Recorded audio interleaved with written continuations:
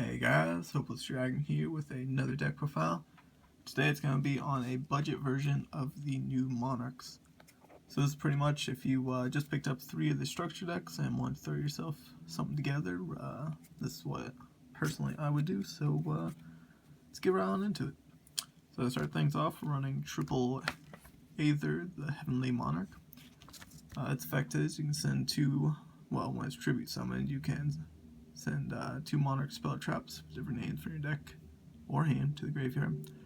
And then if you do, you can special summon a Monarch with 24 attack and 1000 defense. But then it's returned to the hand during the end phase, and during your opponent's main phase, if this guy's in your hand, you can banish 1 Monarch spell trap from your graveyard. Immediately after this effect resolves, tribute summon this card. It's a quick effect. Yeah. All of them have a pretty big mouthful of text for all the new Monarchs. So, yeah, triple of those guys. Then triple Erebus, the Netherlord Monarch, pretty sure? No, Underworld Monarch. Looks pretty awesome. Really like the artwork for this card. That one's not bad too, but I think this guy looks super cool. But pretty much the same thing. If he's tributed, you can send 2 spell traps with different names from hand or deck to the graveyard.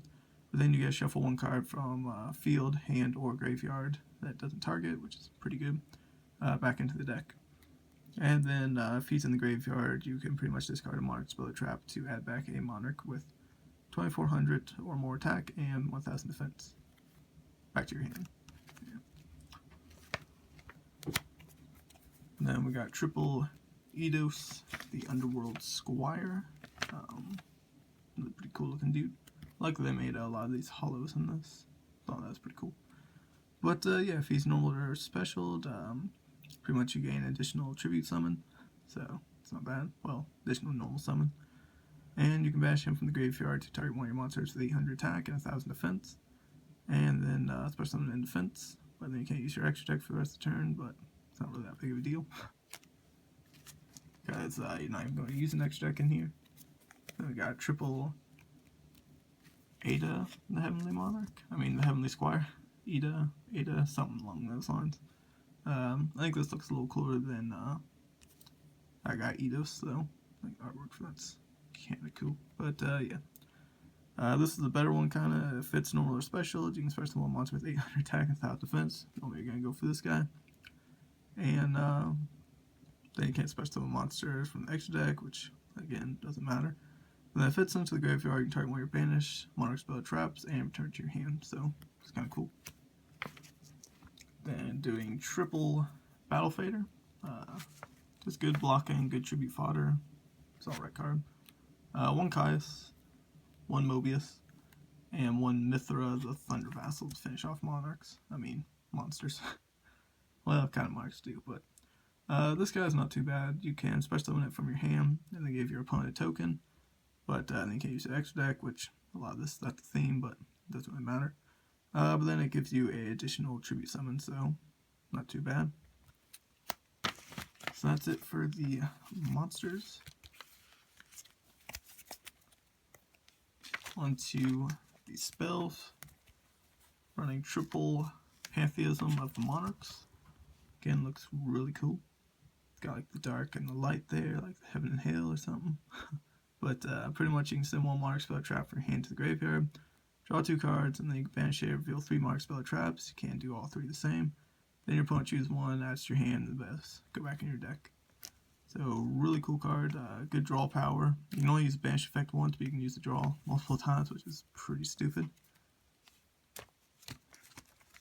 Then the other new card, we got triple Domain of the True Monarch.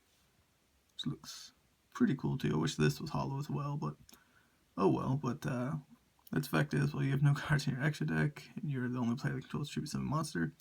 Your opponent can't special summon monster from the extra deck, which is pretty good because your opponent can't Pendulum or Exceed, Synchro, any of that. But also, if one of your tribute summon monsters attacks, it gains 800 attack during damage calculation, and you can lower the level of 1 of your 2000 and 1000 defense monsters in your hand by 2. So you can make your big guys a 1 tribute summon. So pretty great card. Then we got triple Stormforth. The good old card to stop, not stop, but give you free tributes pretty much. Doesn't target. Really great card. Triple Tenacity. It's your search card for your Monarchs, pretty much. You can reveal one monster in your hand with 2400 attack, or 1000 defense, or 2800 attack and 1000 defense, and then add one Mark spell trap from your deck to your hand. Then Triple March of the Monarchs prevents targeting and stops your guys from being destroyed by battle or card effects. I mean, not battle, by card effects.